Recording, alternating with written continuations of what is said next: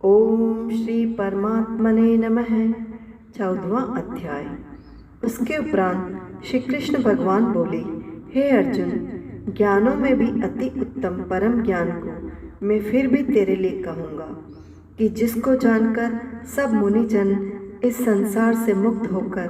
परम सिद्धि को प्राप्त हो गए हैं। हे अर्जुन, इस ज्ञान को आश्रय करके अर्थात धारण करके मेरे स्वरूप को प्राप्त हुए पुरुष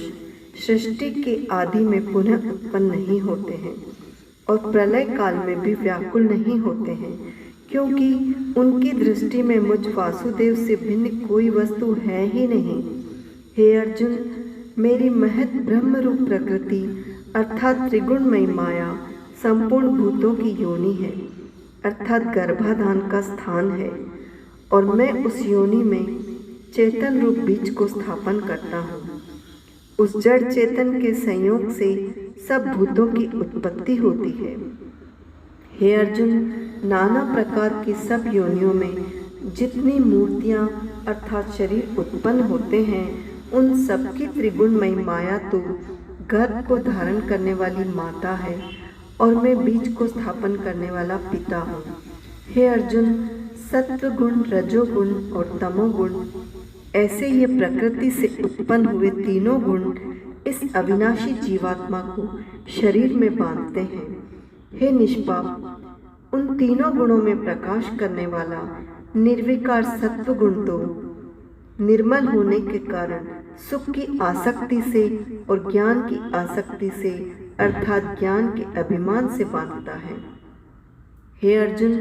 राग रूप रजोगुण को कामना और आसक्ति से उत्पन्न हुआ जान वह इस जीवात्मा को कर्मों की और उनके फल की आसक्ति से बांधता है। और हे अर्जुन, सर्व देहाभिमानियों के मोहने वाले तमोगुण को अज्ञान से उत्पन्न हुआ जान वह इस जीवात्मा को प्रमाद, आलस्य और निद्रा के द्वारा बांधता है। क्योंकि हे अर्जुन, सत्वगुण सुख में लगाता है और रजोगुण कर्म में लगाता है तथा तमोगुण तो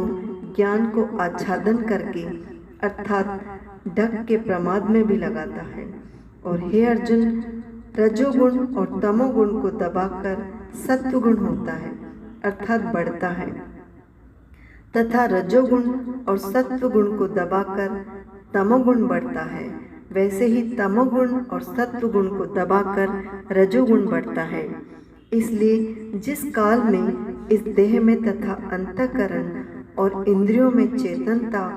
और बोध शक्ति उत्पन्न होती है, उस काल में ऐसा जानना चाहिए कि सत्वगुण बढ़ा है। और हे अर्जुन, रजोगुण के बढ़ने पर लोभ और प्रवृत्ति अर्थात सांसारिक चेष्टा तथा सब प्रकार के कर्मों का स्वार्थ बुद्धि से आरंभ एवं अशांति अर्थात मन की चंचलता और विषय भोगों की लालसा, ये सब उत्पन्न होते हैं। तथा हे अर्जुन, तमोगुण के बढ़ने पर अंतःकरण और इंद्रियों में अप्रकाश एवं कर्तव्य कर्मों में अप्रवृत्ति और प्रमाद अर्थात व्यर्थ चेष्टा और निद्रादि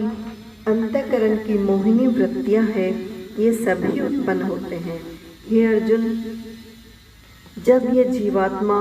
सत्व गुण की वृद्धि में मृत्यु को प्राप्त होता है,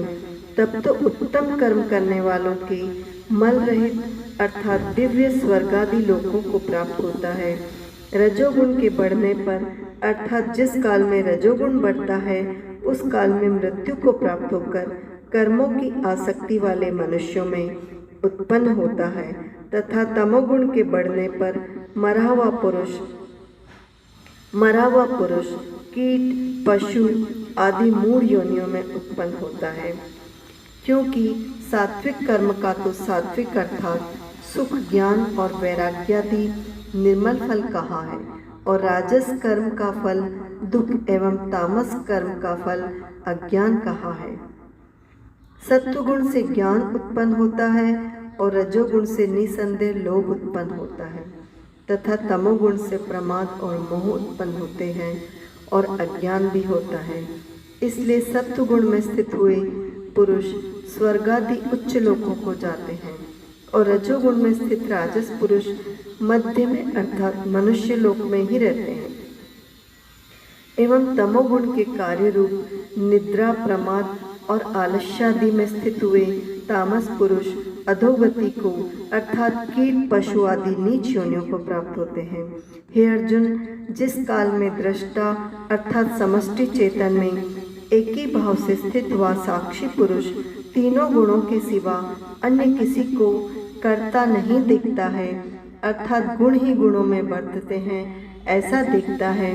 और तीनों गुणों से अति परे सच्चिदानंद घन स्वरूप मुझ परमात्मा को तत्व से जानता है, उस काल में वह पुरुष मेरे स्वरूप को प्राप्त होता है।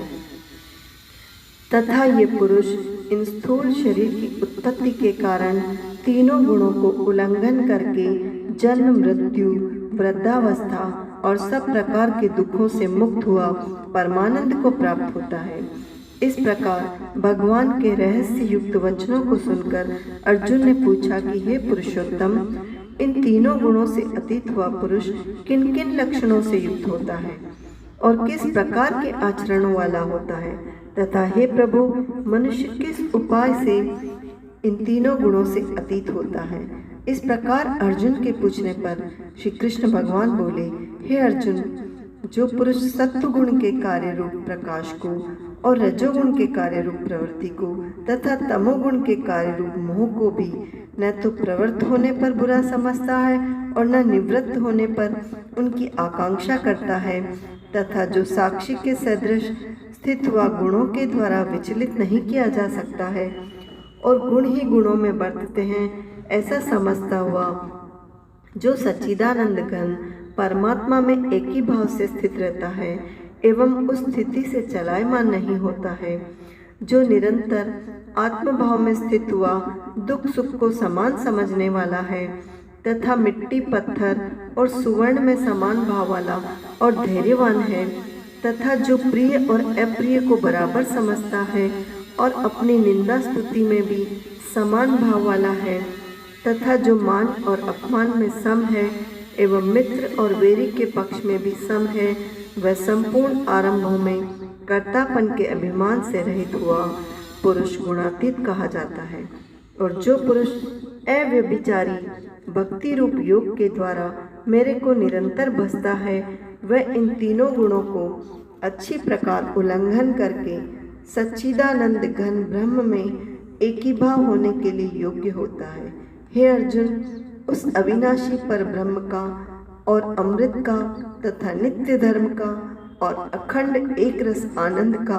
मैं ही आश्रय हूँ,